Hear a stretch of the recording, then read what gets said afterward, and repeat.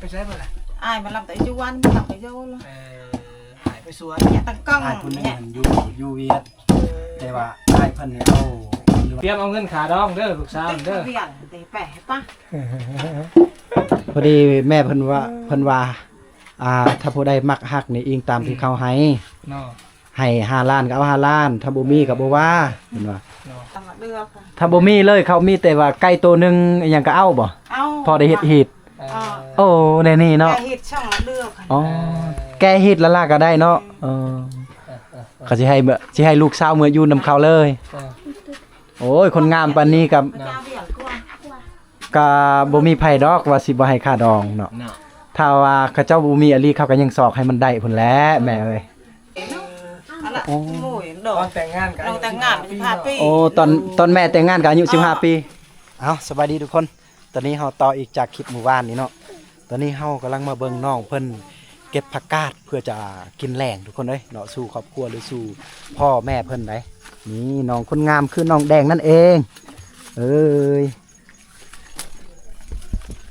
สีมือไผเด้ปลูกล่ะเจ้าเองบ่เหลือแม่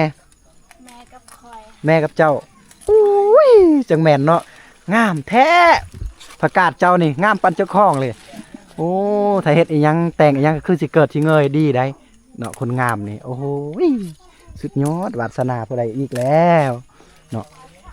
เฮ็ดอยู่ก็เป็นเฮ็ดอยู่ครัวกินก็เป็นอีกเนาะนี่แต่งผักปลูกหญ้าก็งามสุดยอดลายนี่ผักกาดจะเป็นผักกาดดอกเลย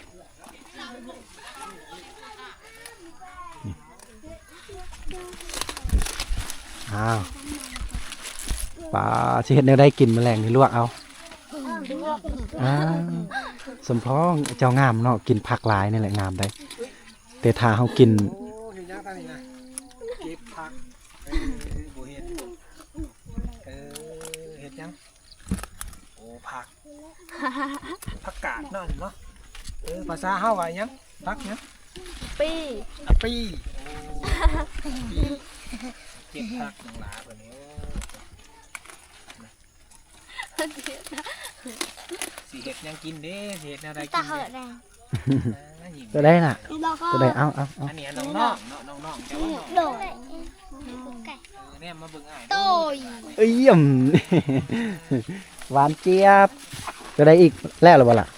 ยังอีกนี่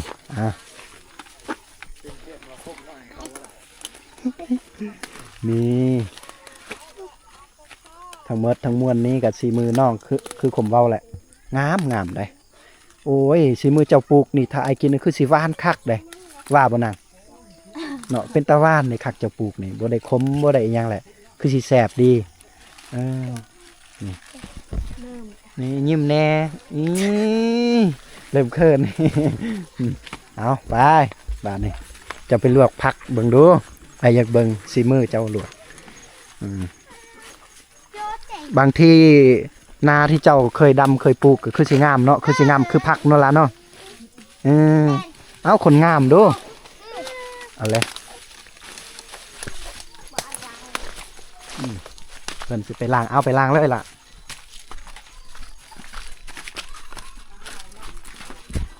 เพิ่นสิไปล้างผักก่อนไป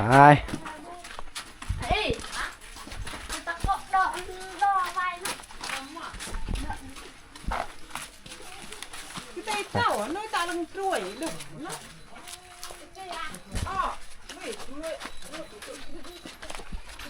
เพิ่นกำลังล้างอยู่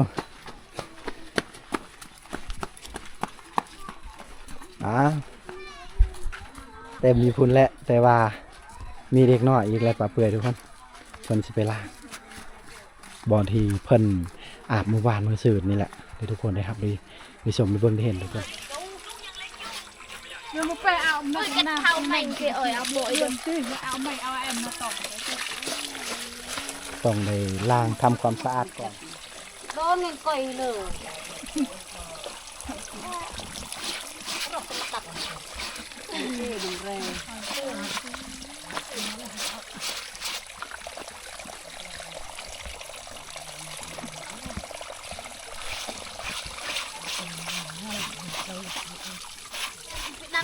เรือได้เอาลูกจับไปจับไปดึงมา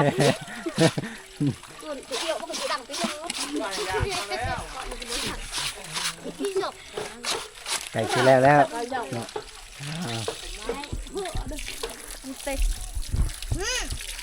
ย่อเปี้ยนี่บ่ พอดีทางลังกล้องนี่จะเต็มคนท่าอาบน้ำเลย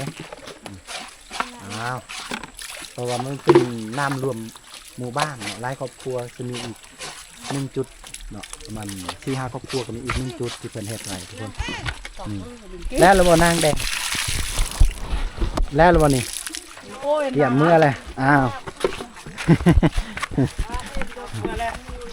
เรียบร้อยแล้วเพิ่นว่า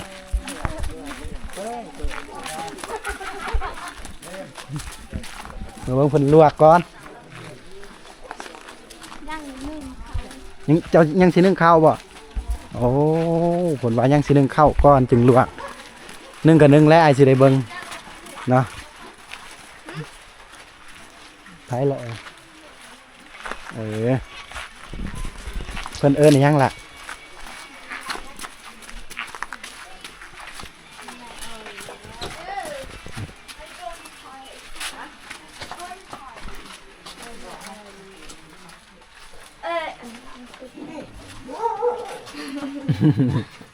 ดอกนี้ก็ไม่ตามก็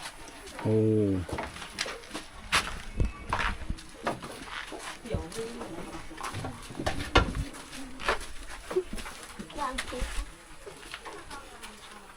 เก็บผักมาแต่งอาหารแล้วกินข้าวโอ้นี่น้อง เขา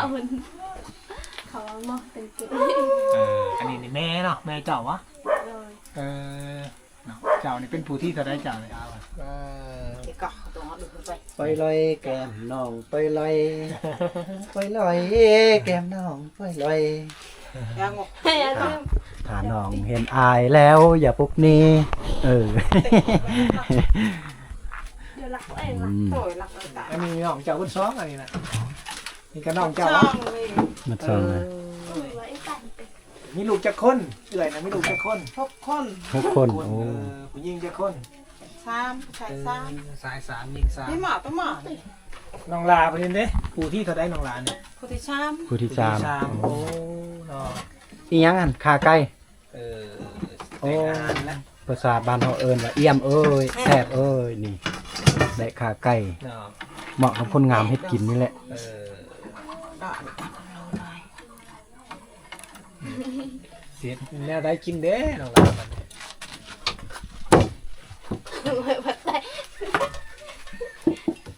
นี่ว่ามีตามีข้อนั่งคอแล้วไม่ดู ค่ะปี อ๋อเพิ่นคอกับอาปีก็แปลว่าเพิ่นก็สิเฮ็ดแกงกับผักกาดนี่แหละที่เพิ่นได้เมื่อกี้นี่เฮ้ยอ้าว ยังเขาเรียกเกียรติอะไรดิ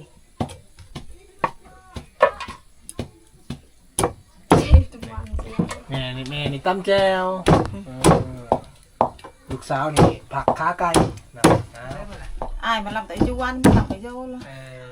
หายไปสวน เนี่ยตั้งกล้อง อ้ายคนนึง เนี่ย มันอยู่เวียดแต่ว่าอ้ายเพิ่นเนี่ยเอา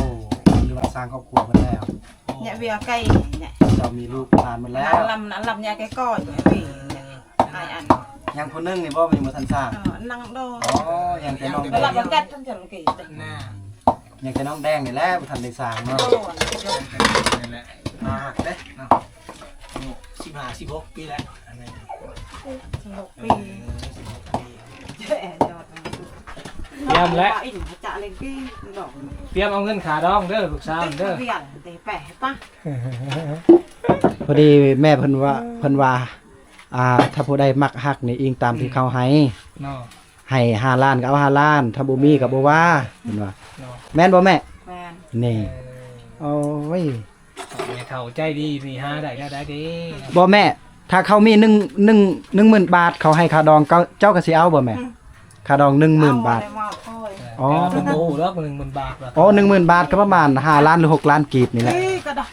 ใกล้กว่า5 ล้านแหละเออ ลายกวางกี่ละเดือก โอ้ มาเบี้ยละเดือก แล้วว่า หลายกว่า5ล้านก็ได้หรือว่าน้อยกว่าหันก็ได้เพิ่นว่าอ้าวโอ้ ในใจก็อยากได้หลายเลยเนาะเหมือนว่า ไม่ชัดจะปีกก็ไม่กระรอกอันเนี้ยอ่ะ ในใจก็อยากได้หลายเลยเนาะแต่ ในใจมันอยากได้ลายมาได้ลายแบบเนี้ยโทยอ่ะเนาะ อยากได้หลายก็เอาหลายแล้วเนาะ อยากได้หลายแต่ว่าถ้า อยากได้ว่าลายอ่ะเนาะมันก็โทยอ่ะเลยเดี๋ยวมาแล้วมาเลือก ถ้าบ่มีเลยเขามีแต่ว่าไก่ตัวหนึงอิหยังก็เอาบ่ เอา พอได้เฮ็ดฮีดโอ้ในนี่เนาะ แกฮิตช่องละเลือก อ๋อแกฮีดละล่าก็ได้เนาะเขาสิให้ลูกสาวเมื่ออยู่นำเขาเลยโอ้ยคนงามปานนี้กับก็บ่มีไผดอกว่าสิบ่ให้ค่าดองเนาะถ้าว่าเขาเจ้าบ่มีอลีเขาก็ยังสอกให้มันได้พุ่นแหละแม่เอ้ยสุดยอดทั้งงามทั้งคือคนเฮ็ดในคลิปนั่นแหละดุบันหลาย ชัดอย่างเงี้ยก็ดุน้ำไปใหญ่ไปกี่ไอ้โจแต่รวมไปนายอีกท่านนะน้ำแดง พ่อเด้ไปใช้ พ่อว่าชลวันนั่นก็แท้ พ่อไปรับจ้างสารวัตรโอ้เผื่อจะ ทหารเป็นหมากี่พ่ออะไรโง่ดอก ตอนแต่งงานกัน เราแต่งงาน15 ปี โอ้ตอนแม่แต่งงานก็อายุ15 ปี เราก็อัดน้ำอันดอก โอ้ มาเขาเอ็ดปีนะ โอ้พ่อเพิ่นก็21 ปี มาให้กี่ประมาณแล้วเราอันกี่ต่อก็เอี้ยวตำกี่ ว่าแต่21 ปี15 ปีตอนเปิดแต่งงาน มาให้กี่ว่าอันมาแล้วเราทั้ง บัดนี้ลูกสาวเพิ่นก็15 ปีเพิ่นก็พร้อมปล่อยได้ความหมายก็คือถ้าผู้ใดมักฮักโดยทุกคนก็เพิ่นก็ให้ลูกเพิ่นแต่งงานได้แล้วคือเขาว่าและถ้าอยู่ไปก็ตานี่ก็บ่แม่นดูถูกเขาแม่นบ่เว้าชื่ออายเขาเด้อทุกคน ถ้าเขาสิอยู่ไปก็อายุมันก็สิเริ่มหลายขึ้นบางทีก็สิ5ครอบครัวยากอายุหลายนี่ก็หายากบ่ยาก ยังเป็นหนุ่มเป็นสาวนี่แหละ บ่ยากดอกน้องแดงนี่อายุหลายซำใดแต่ว่าหน้าตายังงามอยู่ก็คนก็สิญาติเอาแล้วลูกแม่นี่สีแดงเนาะสีแบบภาษาลาวเนาะ แม่นแล้ว แดง นี่มันก็ใช่น้ำแปลลานน่ะเบียร์ โอ้ยเป็นตะไคร้ ประมาณต่างงาน สุดยอดสาวบ้านเพิ่นนี่เนาะงาม15 ปียังโสดอยู่เนาะยังบ่มีไผจีบบ่มีไผมาขอขาดองก็เพิ่นคือเพิ่นเว้าได้ทุกคนเนาะมีสำใดก็ให้เท่านั้นถ้าบ่มีอลีอรอทุกข์ยากคือครอบครัวเพิ่นว่าก็ให้รอให้มันได้หรือว่าซอกหาให้มันได้ไก่ตัวนึงพอได้เฮ็ดฮีดตามบ้านเพิ่นว่าซั่นซะ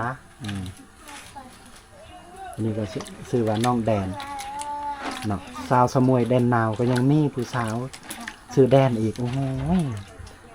เมื่อเขาเห็นหน้าตาเจ้าเขาก็สิน้าวหัวใจเพิ่นแหละเนาะบุยกี่แต่จ่าต่อโดเอ้ยใช่ยังผมให้ดับลูกดับโยดับลูกดับโยกับไอ้กี้ กำลังเฮ็ดกินก่อนสาวงามสุดยอดลายนี่พอดีเข้าซุกแล้วเนาะลาเนาะเข้าซุกไปที่เรียบร้อยแล้วยังที่เฮ็ดโอ้เจ้าลงยังเลยโอ้สินไก่เมื่อกี้เจ้าตัดไอ้เบิ่งบ่ทันอ๋อว่าความหมายตอนจะเอาลงเมื่อกี้นี่ไอ้เบิ่งบ่ทันเนาะถ้าเนี่ยส่วนลายนี่เปีย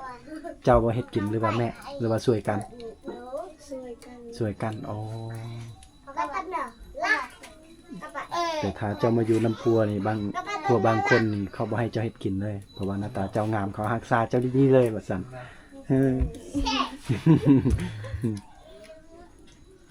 แดง แล้วมาค้าอะไรเนี่ย โอ้ยกันลูกแม่เนาะผู้ที่จะได้ผู้นี่ กูถึงหก ใช่ล่ะเนาะ อ๋ออันนี้ลูกชายล่ะ โดนไหนก็พอจะถือได้โดนไหน อันนี้จะเป็นน้องลาของน้องแดง ปรับเลยมันนี่ ยังสิเอาอีกบ่หรือบ่เอาแหละลูกเอาอีกบ่พอแล้ว พอ พอแล้ว ไปเรื่อย ลูกนี่อันนี้ก็เป็นลูกคนนี้เนาะใหญ่คนนี้มีลูกอยู่6 คน อ๋อละ เป็นลงพักไปที่เรียบร้อยแล้ว ปีแล้วน้องแนมนี่ หมู่ที่3 เขาบอกจะนั่งใบมี ก็มีอะไรอีก2คนแต่ว่าแต่งงานแล้วสาว โต เป็นผู้ใหญ่กว่าหมู่กันนี่แหละมีแต่น้องคนนี้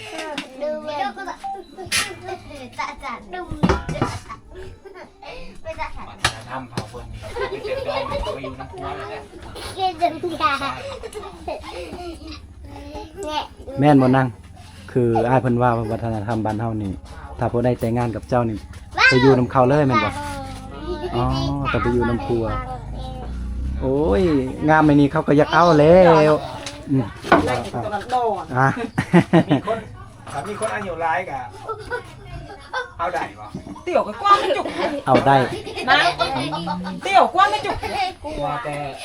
มีใบมันก็มั่งน้อยมันเยี่ยม ว่า เนาะ แต่หักแพงอ่ะ คุณว่าเราเนี่ย อายุ30 ปี40 ปีฮะ อายุ3-40 ปีก็รับได้บ่ล่ะเพิ่นรับได้โอ้แต่เพิ่นอายุยัง15 ปีนะ ปีอยู่ อืม ถามน้องมันหยอกแล้ว เออคือเว้าได้ทุกคนเขตชนบทเฮาก็จะบ่ได้เลือกเนาะ โอ้อ้ายบ่เพิ่นก็มีครอบครัวแล้วเนาะ พี่ อ๋อบ่แม่นที่ผู้ที่หนึ่ง ผู้ที่สอง ผู้ที่สอง ผู้ที่หนึ่ง อ๋อ เวียดอยู่เวียด โอ้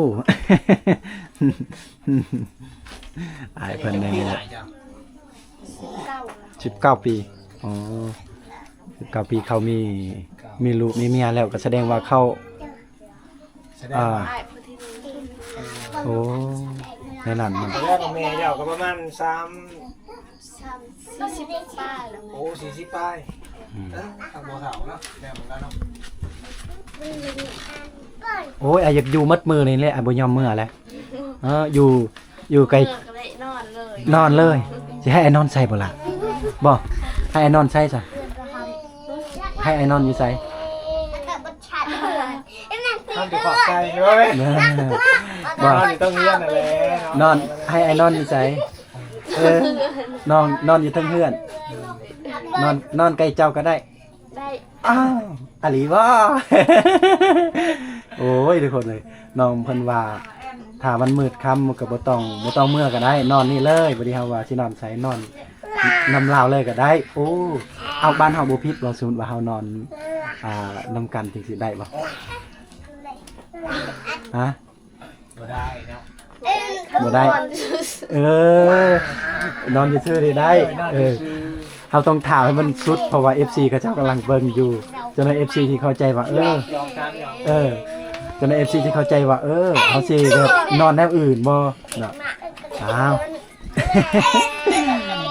ถามน้องเพิ่นแหละเนาะน้องเพิ่นสิเข้าใจความเป็นจริงก็คือคมเข้าใจอยู่วัฒนธรรมบ้านคมนะหรือว่าบ้านเฮาเพราะว่าเพิ่นเป็นชนเผ่ากะโดเลยคมเป็นชนเผ่ากะโด เป็นหยังคมจึงถามว่านอนใส่ได้ก็คือถามให้ทุกคนเข้าใจหั่นล่ะเนาะจังหน่อยทุกคนก็สิเข้าใจไปแนวอื่นนะ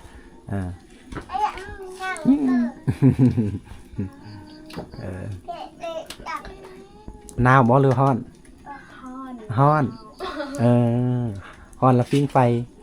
ถ้าหนาวแล้วไปอาบน้ำอาบแล้ว โอ้ถ้าร้อนก็ลีกบ่มันบ่ร้อนแล้วล่ะลีกน้อยเดียวนึงพอแล้วเราอ่ะโอ้กับเอื้อยไผเจ้านี่ก็เจ้ากินแบบลงเหือนแล้วบ่ก็เจ้าลงเหือนมัดที่จ่ายหยังแหละมัดอาจารย์ เลย ปะหน่อยก็ต้องมาหยัง cái anh ạch ủ อ๋ออันอัดอุ้ยอ๋อเอื้อยไผเพิ่นกำลังอยู่กรรมทุกคนเลยก็คืออยู่เฮือนต่างหากพระเจ้าบ่สามารถว่าจะมาอยู่เฮือนนำกันแนวนี้ได้ก็ต้องอยู่ไฟนี่แหละ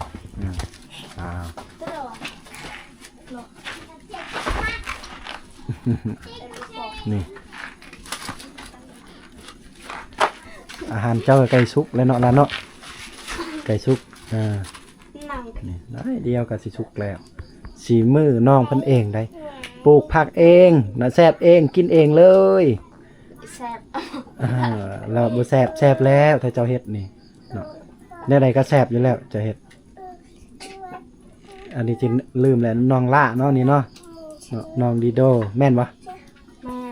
น้องล่าเพิ่น ซื้อก็ซื้อดีโดซื้อแดนเนาะเอาหลายอย่างละซื้อเอา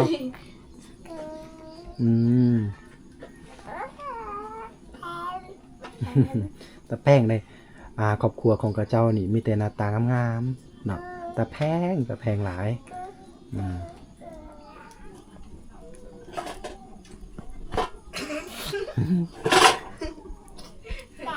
มาตัวตีจุกไว้ เอาทุกคนก็ขอขอบใจทุกคนหลายๆแล้วก็พ่อแม่พี่น้องที่ได้มารับชมแล้วก็มาตามติดวิถีชีวิตน้องแดนเพิ่นอยู่ที่หมู่บ้านแห่งหนึ่งอยู่เมืองสมุยแขวงสะระวันเป็นส้นเผ่ากาโดและก็วิถีชีวิตน้องเพิ่นก็จะเป็นคนดุมันหลายเนาะหลังจากที่กลับมาแต่